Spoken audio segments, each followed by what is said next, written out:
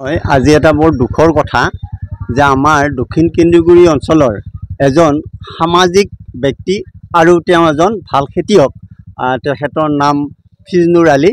তেখেত এই অঞ্চলৰ বিভিন্ন সামাজিক অনুষ্ঠানত জড়িত হৈ থাকে আৰু এজন ভাল খেতিয়কো।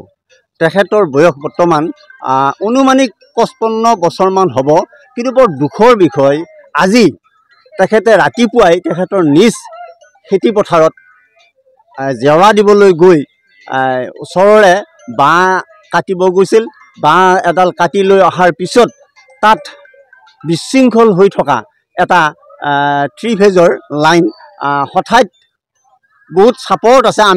আমি যিটো বুজিছোঁ, আমি এতিয়া যিটো দেখিছোঁ, সেই লাইনটো ইমান চাপৰত আছে। জেনেৰেলি এটা মেইন লাইন তেনেকৈ চাপৰত থাকিব নালাগে, কিন্তু একেবাৰে ইমান চাপৰত আছে মানে যিকোনো অৱস্থাতে এটা সাংঘাতিক এটা ঘটনা ঘটি যাব পাৰে। কিন্তু আমি যিটো সন্দেহ কৰিছিলোঁ সেইটোৱে হৈ গ'ল। তেখেতে বাঁহডাল তাৰ পৰা কাটি লৈ আহিছিল, আহি হঠাৎ মানে সেই ঠাইটোও বৰ ওখ আছিলে, এটা পুখুৰী পাৰ আছিলে আৰু পাৰৰ ওপৰত তাৰটো আৰু অলপ চাপৰ হৈ গ'ল। কিন্তু হঠাৎ তাৰ বাঁহডাল লাগি গ'ল, লাগি গৈ তেখেত মৃত্যুমুখত পৰিল। এইটো আচলতে আমাৰ এই স্থানীয় ৰাইজৰ এটা ক্ষোভ হৈছে, কাৰণ যেনেকৈ লাইনটো তাত আছে অন্ততঃ বিভাগৰ মানুহে এইটো বুজিব লাগিছিল যে এইটোত যিকোনো ইয়াত এখন খেতি প্ৰধান ঠাই, ইয়াত মানুহ খেতি কৰিব আহে, গতিকে যিকোনো মুহূৰ্ততে এটা সাংঘাতিক এটা ঘটনা ঘটি যাব পাৰে, এক্সিডেণ্ট এটা ঘটি যাব পাৰে।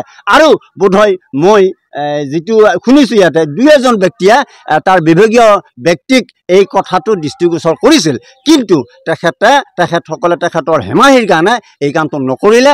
নকৰাৰ ফলত এই এটা ডাঙৰ এটা ঘটনা আজি ঘটি গৈছে। গতিকে আমাৰ এই অঞ্চলৰ ৰাইজৰ সেই বিদ্যুৎ বিভাগৰ ওপৰত এটা সাংঘাতিক এটা ক্ষোভ হৈছে, কাৰণ তেখেতসকলে এই কামখিনি নিয়াৰিকৈ তেখেতৰ দায়িত্ব পালন নকৰাৰ কাৰণে আমাৰ অঞ্চলৰ এজন ডেকা শক্তি, এজন ভাল কৃষক, এজন ভাল সামাজিক ব্যক্তি আমাৰ মাজৰ পৰা আমি আজি হেৰুৱাই পেলাইছোঁ।